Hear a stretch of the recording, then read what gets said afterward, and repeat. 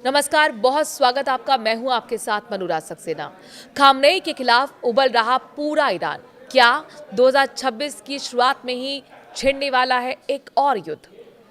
Iran में महंगाई, बेरोजगारी और राजनीतिक दमन के खिलाफ भड़का जनाक्रोश अब देशव्यापी आंदोलन में बदल चुका है।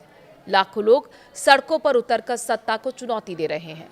सुरक्षा बलों की सख्ती, ट्रंप की चेतावनी और इजरायल की युद्ध तैयारियों ने हालात को और विस्फोटक बना दिया है।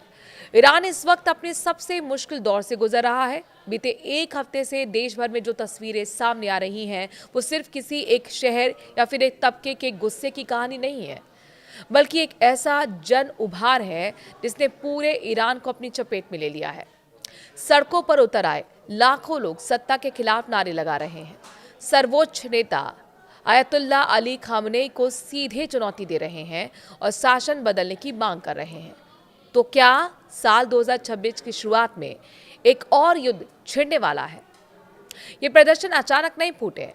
इसके पीछे सालों से जमा होता गुस्सा है जो अब विस्फोट की तरह बाहर आ रहा है। महंगाई, बेरोजगारी, गिरती मुद्रा और अंतर्राष्ट्रीय प्रतिबंधों ने आम ईरानी की जिंदगी को मुश्किल बना दिया है। हालात ऐसे हैं कि रोजमर्रा की चीजें लोगों की पहुंच से बाहर होती नजर आ रही हैं। ईरानी करेंसी की कीमत लगातार गिर रही है। जानकार मानते हैं कि गिरावट अब तक की सबसे निचले स्तर पर पहुंच चुकी है। इसी आर्थिक बदहाली ने लोगों को सड़कों पर उतरने के लिए मजबूर कर दिया है।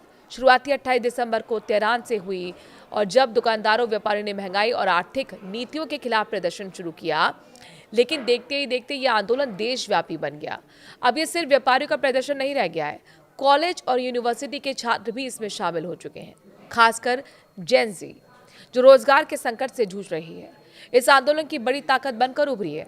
युवाओं को लगता है कि मौजूदा व्यवस्था उनके भविष्य को अंधेरे में धकेल रही है। ईरान में बड़े पैमाने पर हिंसाएं भी हो रही हैं। इन प्रदर्शनों की एक बड़ी खासियत महिलाओं की बढ़ती भागीदारी भी है।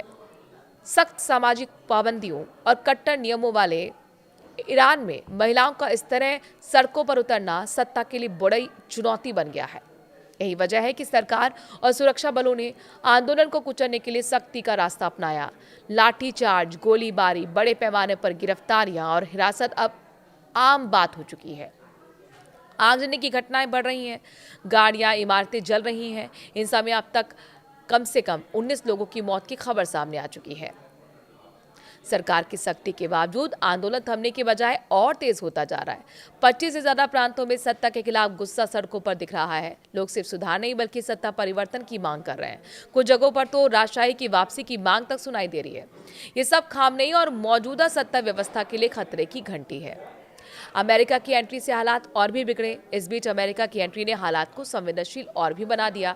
अमेरिकी राष्ट्रपति डोनाल्ड ट्रंप ने खुलेआम ईरान को चेतावनी दी कि अगर शांतिपूर्ण प्रदर्शनकारियों पर जुल्म जारी रहा तो अमेरिका इसे रोकने के लिए कदम उठाने को तैयार है। ट्रंप के इस बयान ने ईरान में आंदोलन कर रहे लोगों को हौसला जरूर बढ़ा दिया है, लेकिन साथ ही सत्ता को और आक्रामक भी कर दिया है। ईरान के शीर्ष नेतृत्व ने ट्रंप पर दखलंदाजी के आरोप लगाए हैं और कहा है कि अमेरिका पर्दे के पीछे युद्ध की साजिश रच रहा था। ये तनाव ऐसे समय पर बढ़ा है जब ईरान की यादें अभी ताज़ा हैं। महज 6 महीने पहले ही जून में ईरान को अमेरिका और इजराइल हमलों का सामना करना पड़ा था। इजराइल और ईरान के बीच 12 दिन तक चले संघर्ष में अमेरिका भी कूद पड़ा था और ईरान के परमाणु ठिकानों पर भारी बमबारी की गई थी। अब जब देश के अंदर हालात बेकाबू हैं तो बाहरी दबाव ने ईरान की मुश्किलें कई गुना बढ़ा दी हैं। इजराइल की भूमिका भी पूरे संकट को और गंभीर बना रही है।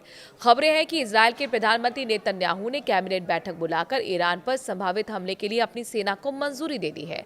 नेतन्याहू ने खुले तौर पर ईरान में सत्ता विरोधी प्रदर्शन का समर्थन किया है। कहा है कि इजरायली ईरानी जनता के संघर्ष और उनकी आज़ादी की आकांक्षाओं के साथ खड़ा है। इस बयान ने तेहरान में खतरे की आशंका को और गहरा कर दिया है। ईरान ने अपनी सेना को मजबूत कर लिया है।